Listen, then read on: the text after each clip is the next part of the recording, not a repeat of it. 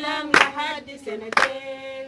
يا يا مريم رضي جناكي يا سلام لحد سنتين. رضا متواصل يا سلام رضا متواصل يا سلام رضا متواصل كلها صحة يا سلام لحد سنتين.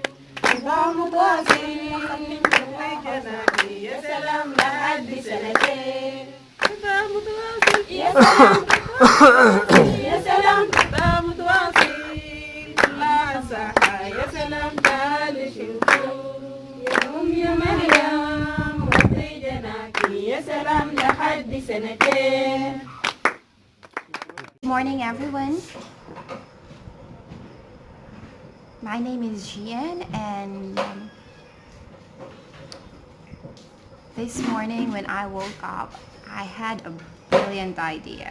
And that brilliant idea is I could actually do some YouTube tutorials, just short YouTube tutorials on how to run a nutrition program. So a little background of myself. I am a nurse. I've practiced in the Philippines doing community health nursing and even working for public hospitals in my country because we are required to do that, and we pay the hospitals just to let us in so we can have experience because there's a surplus of nurses in my country. Anyways, so during Super Typhoon Haiyan in 2013, I worked for Samaritan Spurs in Leyte because I'm from that island, and I started out as a nutrition officer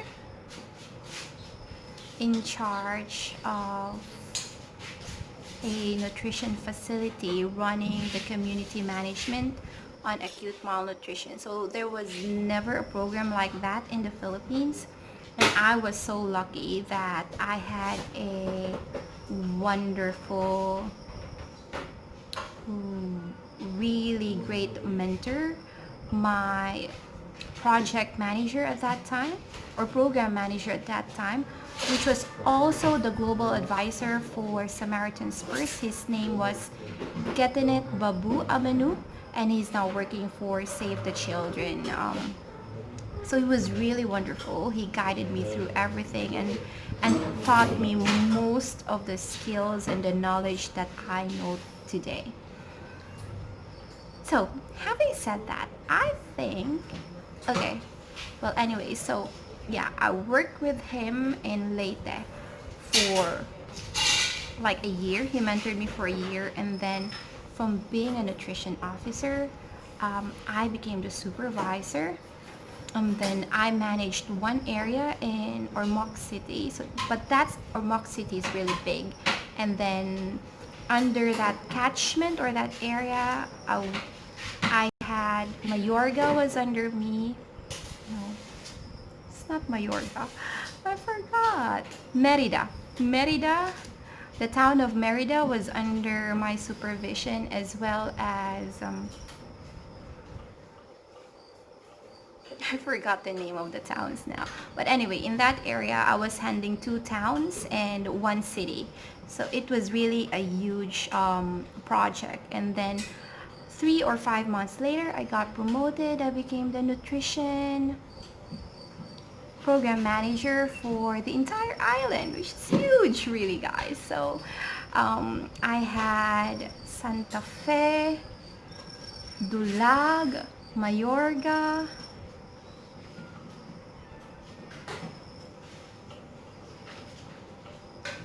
Merida, Ormoc. Keep on forgetting. I keep on forgetting this place in somewhere in the Ormoc area. But yeah, so it was a huge project, and it was like over $1 million project. So it's really huge. And then on our 3rd year, we actually had a project. 2nd or 3rd year, so after I had that project in the Philippines, I was made to choose between working in Cotabato, which was war torn at that time, because of Abu Sayyaf. I think it was an Abu Sayyaf thing. Or if I wanted to head the project in Manila in the slums of Tondo. I chose neither. I chose to stay at home and chill, which was a really good decision because I was off the SP local contract, national contract. So SP International or so as Samaritan's First Relief International hired me, so I became an international relief worker. IFS. No, IRS. Wait, I'm so confused because I now work for a different organization. But anyway, so I became an international staff and worked in Erbil, Kurdistan. I was based there, and this was during the Mosul siege, the ISIS Mosul siege. So every time ISIS released a village, we were right behind them. So just imagine if, for example, when Karakush was released from ISIS control, our team was there the day after clearing. We had a bomb clearing team. So it was really cool. So we had these people from the US Army clearing bombs for us, and once we have set a certain safe area, then we would start our non-food item distributions, screen children for malnutrition, and it was just like intense emergency programming, not like the programming I'm doing here in Rank. There's no, it's very normal here. This is more like developmental programming. Anyway, so right now I am doing nutrition programming in South Sudan, which has always been my dream. I'm gonna tell you about it later. So I'm now working here with another organization. It's also a Christian organization, and it is called Medair. And I am working at the county with the highest global acute malnutrition rate, or GAM rate. Anyways, so that's all about me. I'm a nutrition project manager here, and my goal in life is to actually be a global nutrition advisor. So let's see how it goes and how many months it will take me to get there. However, for today, as I was saying earlier, or did I mention it earlier, I had this brilliant idea that I will be posting nutrition programming tutorials in this channel as well.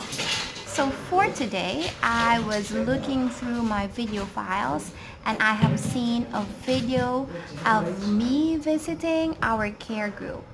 So today, I will be telling you more about care groups and what care groups are. So the care group system, if you're interested to know more about it, I will be posting links in my video. You could actually go and get the basic resources from caregroup.org. It's very easy to make. Just imagine it's just like a big pyramiding scheme. So it's just a pyramiding scheme. Like you have a project manager on top. Project manager recruits several people to act as supervisors. The supervisors train a number of women and as lead mothers. The lead mothers gathers a group of 10 to 15 women, 10 to 15 neighbor women. And the target of this program are pregnant and lactating women, and could also be women who has children who are less than 5 years old. The care group system is a low budget it's a low budget project. It's because you are asking for volunteers from the community. Therefore, you don't need to give them a salary. You can give them incentives.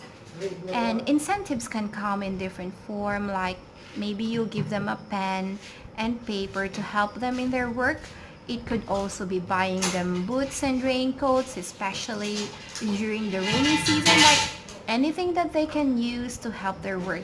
In the Philippines, I love that programming because Samaritan's Purse is very generous donors, so we had freedom and liberty in using our money.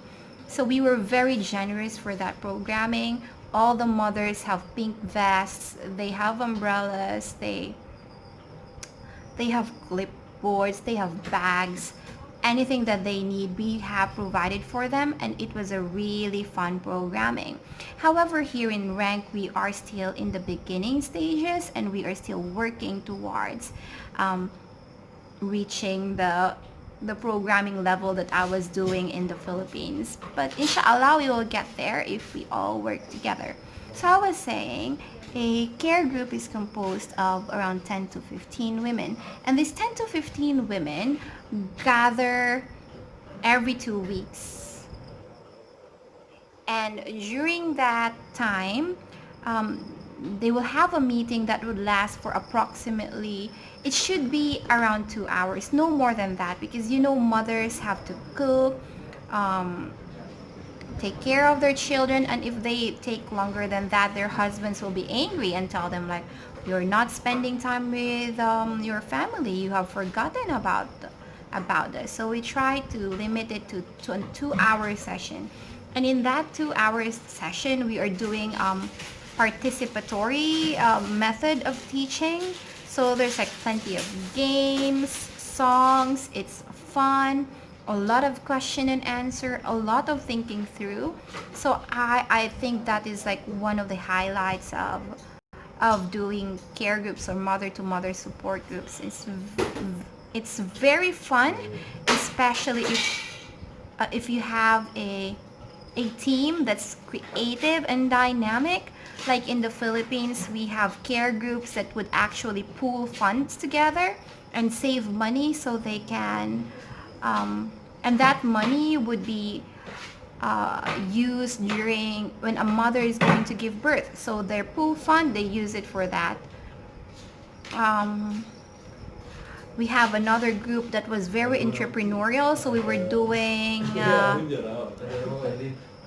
recipe trials and cooking demonstrations, and so they have discovered new recipes and they love their recipe. I think it was made of squash, so they made this local squash bread because it was a farming community with lots of excess squash in the community, and they started selling squash bread and they had income from it. We even have one care group who knew that in the community a newborn baby was left orphaned. So we mobilized one care group and asked for donor milk. So we had surrogate mother wet nurses for this child, and the child was able to exclusively breastfeed for the first 6 months of life. So the care group really is very dynamic. Do not limit yourself to the care group manual. So in this video, I am going to show you a video of a local South Sudanese Genovia,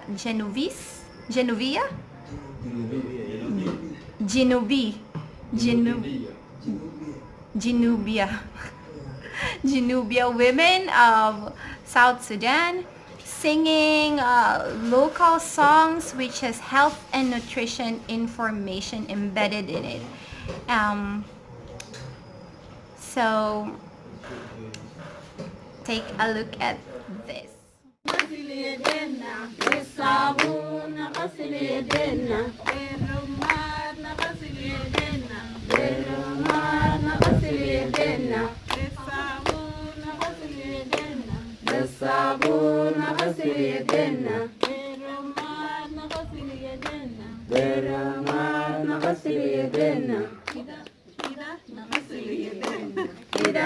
كده نغسل يدينا